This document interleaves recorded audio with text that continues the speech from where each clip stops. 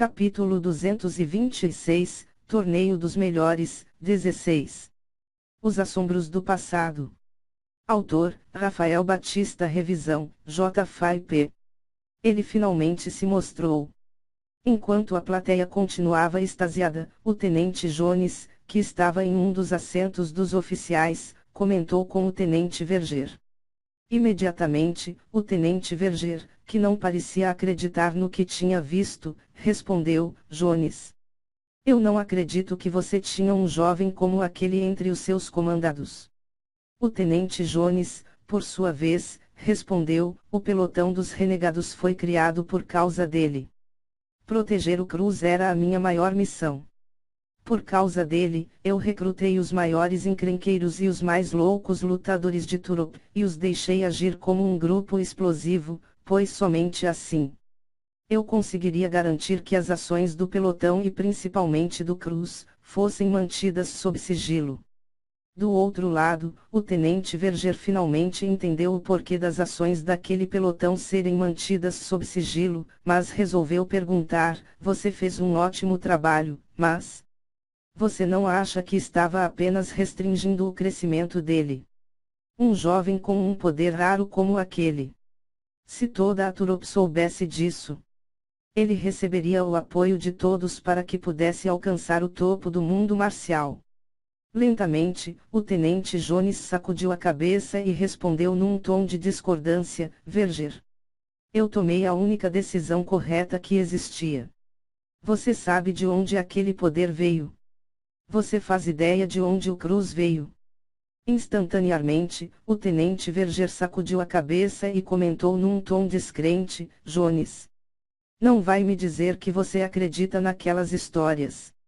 O tenente Jones, por sua vez, olhou para cima enquanto respondia num tom nostálgico: dizem que ao noroeste do continente Rio, cercado por um nebuloso mar de sangue e uma névoa negra, há um continente impenetrável. Naquele lugar, vivem artistas marciais extremamente poderosos, que matam qualquer coisa que se aproxime de lá. Ninguém jamais voltou daquele lugar. Alguns dizem que, na verdade, quem mata os viajantes que se aproximam daquele lugar, é uma terrível besta demoníaca de dimensões continentais. Contudo, outros dizem que não há nenhuma besta demoníaca lá, e que qualquer um que se aproximar daquele lugar, será envolvido na mais profunda escuridão que se pode imaginar. Por causa dessa segunda história, criou-se um mito sobre os cultivadores da escuridão. As lendas sobre eles só aumentaram com o tempo, mas ninguém jamais pôde confirmar a sua veracidade. Antes que o tenente Jones terminasse a história, o tenente Verger o interrompeu, dizendo: Jones, eu já sei sobre todas essas histórias. O que isso tem a ver com o Cruz? Você realmente acredita nessas lendas? Com um sorriso estranho no rosto, o tenente Jones respondeu com uma nova pergunta: Verger, e se eu te dissesse que o Cruz não é o primeiro cultivador da escuridão que já vi? Você está falando sério? Chocado, o tenente Verger perguntou. O tenente Jones afirmou com a cabeça, antes de responder: tudo aconteceu há pouco mais de 18 anos, quando eu ainda era um sargento da guarda de Turop. Em um dia comum de trabalho, eu e mais 5 guardas estávamos perseguindo uma invasora que já tinha derrubado algumas dezenas de guardas. Como ela não tinha matado nenhum daqueles guardas, nós só queríamos conversar com ela e saber o porquê daquelas ações, mas ela simplesmente continuava fugindo, gritando que não poderia parar, senão todos morreriam. Aquela mulher era rápida. Nem mesmo eu, que era um suzerano de nível 7, conseguia alcançá-la. A perseguição se estendeu por 2 cidades além de Turop, mas mesmo que os meus companheiros não pudessem mais nos acompanhar, eu não desisti. Até hoje, eu não sei por que continuei seguindo ela. Talvez fosse pelo fato dela ter atacado aqueles guardas, ou talvez fosse para satisfazer a minha própria curiosidade. O fato era que, até aquele momento, havia uma pergunta que ficava ecoando na minha cabeça. Por que ela está com tanto medo? Finalmente, quando chegamos a uma cidade chamada Condarian, aquela mulher foi cercada. 40 soldados de Kondarian bloquearam o caminho dela e ela finalmente parou. A mulher continuava com o mesmo semblante de medo, mas não era por causa de mim ou dos soldados de Kondarian. Havia algo muito maior por trás de todo aquele pavor. Porém, mesmo cercada, a mulher conseguiu fazer algo inesperado. Ela gritou por ajuda, e o pesadelo começou. Um rugido estridente soou de um vale ao leste de Kondarian, o chão estremeceu e os ventos ficaram tão fortes que nós quase não conseguimos nos manter parados. Depois, o causador ou a causadora de todas aquelas mudanças, apareceu. Eu vi uma enorme sombra emergir do vale, seguida por outras 6 pequenas sombras. Depois, eu vi essas 7 coisas se aproximarem tão rápido que eu mal pude acompanhá-las com os olhos. Por fim, eu, a mulher, e os 40 soldados de Kondarian, fomos cercados por um enorme dragão adulto e os seus 6 filhotes. Uma batalha esmagadoramente unilateral começou. Os dragões começaram a nos atacar. Para falar a verdade, eles começaram um verdadeiro massacre. Contudo, nenhum fio de cabelo da mulher foi tocado. Era como se aqueles dragões estivessem atendendo ao chamado de socorro que ela fez. Eu não durei nem um minuto. Um único golpe da pata daquele dragão adulto me custou um rim, 3 costelas, uma parte do meu pulmão esquerdo e a quase falência de todos os meus órgãos esquerdos. Alguns milímetros a mais e eu não estaria mais aqui, pois o meu coração teria sido arrancado do meu corpo. Caído ao solo, banhado pelo meu próprio sangue e o sangue dos soldados de Kondarian, eu fiquei no limiar entre a vida e a morte, mas a minha consciência ainda não tinha se apagado. Dessa forma, eu pude ver as mortes de cada um daqueles 40 soldados e a chegada dos reforços de Kondarian. Centenas de soldados chegaram. Haviam profanos entre eles e finalmente os dragões começaram a ter algum desafio. Contudo, os dragões não eram os verdadeiros vilões da história. Um som estranho, parecido com uma sinistra trombeta, ecoou por toda a Kondarian e as cidades vizinhas. Quando escutaram aquele som, todos, incluindo os dragões, ficaram imóveis. Do céu, pequena figura começou a surgir. No início, eu pude ver algumas escamas de dragão, tão negras quanto a noite. Eu pensei que outro dragão tinha aparecido, mas aquela coisa era pequena demais para ser um dragão. À medida que aquilo descia, aquela coisa ficou mais visível e a figura de um homem, equipado com uma armadura feita com escamas de dragão, e uma alabarda negra, finalmente pôde ser vista. Onde está o garoto? Aquele homem perguntou. Cada palavra que saía da sua boca, fazia com que cada célula do meu corpo fosse tomada pelo mais profundo medo. Eu sempre fui um homem forte e corajoso, mas naquele momento, eu literalmente comecei a chorar. Eu senti uma pressão tão forte que não existia mais nenhum espaço para esperança em meu corpo e mente. Ele não será um monstro frio e indiferente como vocês. A mulher gritou com tudo o que tinha. Era como se ela estivesse tentando defender alguém. Acabou. Vocês não têm para onde fugir, o homem respondeu. De repente, confirmando aquilo que eu suspeitava, eu escutei o dragão adulto gritar. Fuja, Yasmine. Nós iremos atrás-lo. Depois, ele e os seus filhotes disparam contra o homem. Aqueles dragões estavam furiosos e avançaram contra o homem com tanta ferocidade que deu-me a impressão de que antes eles só estavam brincando com a gente. Porém, o homem estava calmo demais. Com alguns movimentos simples, ele lançou a sua alabarda negra contra o dragão adulto e disse: Larkiril, você se esqueceu da distância que há entre nós. Você cresceu entre nós, mas também fugiu, então você terá o mesmo destino que eles. Eu nunca me esquecerei do que vi. Aquele dragão adulto, que nos massacrou como se fôssemos moscas, foi facilmente perfurado pela alabarda. De dentro do corpo dele, um enorme buraco negro surgiu e distorceu o espaço enquanto sugava o dragão adulto, os seus filhotes e vários soldados de Kondarian. Eu ainda escuto os gritos daqueles homens na minha mente. Ninguém, nem mesmo aqueles tão poderosos dragões, tiveram qualquer chance de lutar. Eles foram simplesmente esmagados e engolidos pelo buraco negro, até que não houvesse mais nenhum sinal da existência deles. Eu senti o meu corpo sair do solo e ser puxado para a morte, mas, antes que eu alcançasse um ponto sem volta, a mulher tentou fugir. Você não escapará. O homem gritou e naquele momento, o dia ficou terrivelmente escuro, o buraco negro desapareceu, e uma horripilante força gravitacional me empurrou novamente contra o solo. Eu senti que estava sendo esmagado e não suportaria muito tempo sob aquela terrível pressão. Porém, a mulher estava em uma situação ainda pior. A força gravitacional sobre ela era muito maior do que aquela que estava sobre mim.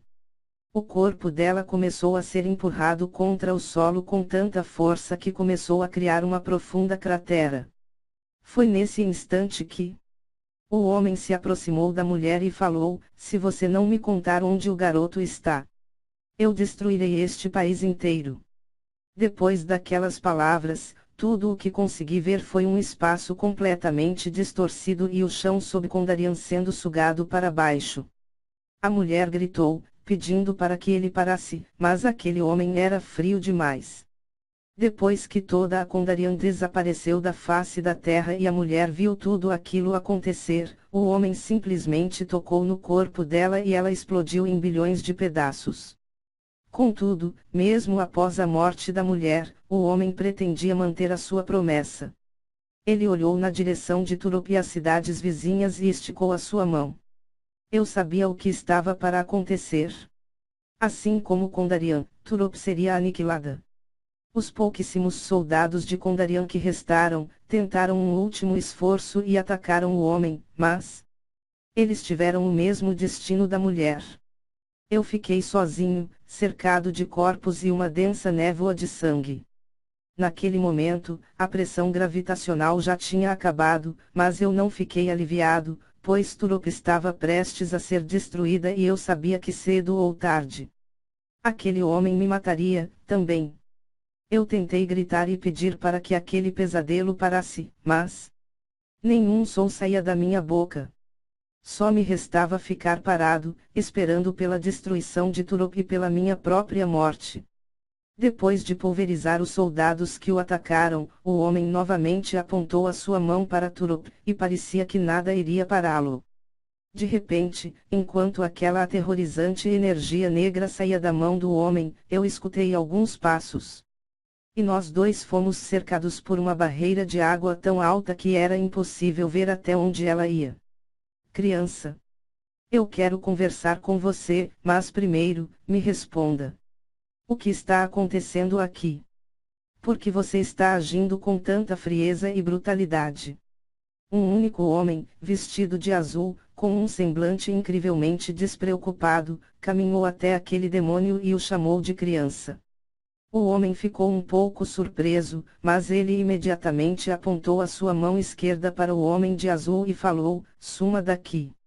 Vocês, a praga do mundo, não podem me deter." Ao cair daquelas palavras, o espaço em volta do homem de azul distorceu e ele simplesmente desapareceu dali, junto com as águas que nos cercavam. Depois de se livrar daquela pessoa, o homem retomou o seu objetivo e novamente apontou para Turop. Porém, para a nossa surpresa, nós fomos cercados pela mesma barreira de água novamente e lá estava o outro homem, mais uma vez, bem atrás do demônio, sentado, coçando a cabeça e dizendo: "Você é problemático."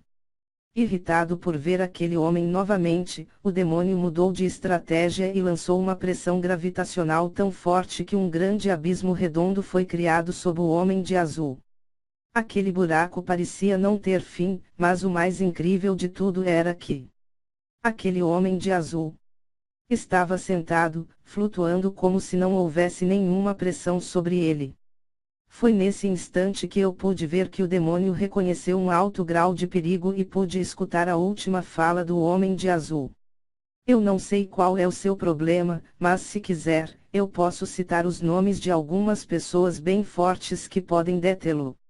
Sendo assim, O que acha de continuarmos a nossa conversa em outro lugar, antes que o Momoa chegue aqui e realmente te mate? Homem de Azul falou, antes de criar uma grande distorção espacial e desaparecer, junto com o demônio. Dessa vez, não houve nenhuma reviravolta. Os dois realmente sumiram e eu nunca mais os vi. Depois que tudo se acalmou, a adrenalina do meu corpo baixou e eu finalmente apaguei. Quando eu acordei, eu estava cercado de médicos, do exército de Rio, e eu era o único sobrevivente do fato. Kondarian e todos os seus cidadãos desaparecerão. Eu não falava nada com nada e fui tratado como se estivesse sofrendo de um profundo trauma de guerra. Não havia nenhum sinal do demônio, somente a destruição que ele tinha deixado para trás. Os meus superiores e o exército de Rio abafaram o caso e criaram uma regra que proibia que qualquer guarda de Turopa agisse fora dos limites da cidade. Obviamente, eu tentei dizer a verdade, mas eu era visto apenas como um traumatizado, atormentado pelos demônios de uma batalha. Um ataque de dragões. Essa foi a história contada a todos, mas eu sabia que aquilo não era verdade. Porém, eu resolvi me calar, pois eu não me beneficiaria em nada se continuasse convencendo as pessoas da minha loucura. Eu tentei me convencer de que tudo aquilo foi um pesadelo, mas eu sabia que foi tudo real. Dessa forma, eu me dediquei ainda mais ao caminho marcial e aumentei a minha força, para que se algo como aquilo acontecesse de novo, eu pudesse ser algo mais do que uma reles formiga. Poucos anos após eu me tornar um tenente, eu fui encarregado de avaliar um garoto promissor que vivia em Noa. Era para aquilo ser apenas mais uma avaliação, mas quando eu vi o que aquele jovem, chamado Cruz, podia fazer, eu imediatamente me lembrei daquela mulher, do demônio, e de tudo o que aconteceu naquele dia. Também, eu presumi outra coisa. Eu não sei se estou certo, mas eu acredito que aquela mulher era a mãe do Cruz. Eu só estava fazendo o meu trabalho e sei que eu não devo nada a ela, mas sempre que eu me lembro daquela mulher, eu sinto uma grande vontade de proteger o Cruz.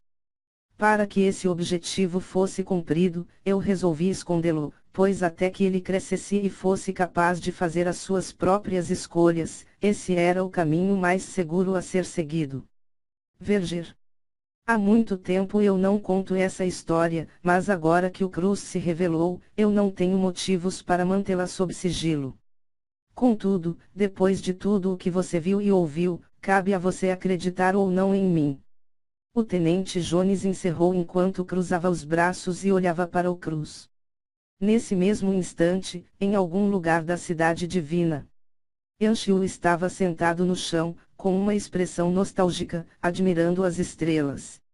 Mestre? Tem algo afligindo-o? Kiron, que estava de pé ao lado dele, perguntou. Não? Yanxiu respondeu enquanto sorria. Depois, ele se deitou com as mãos atrás da cabeça e murmurou, eu só estava me lembrando de algo. Haha. Drake. Você me deu um baita trabalho.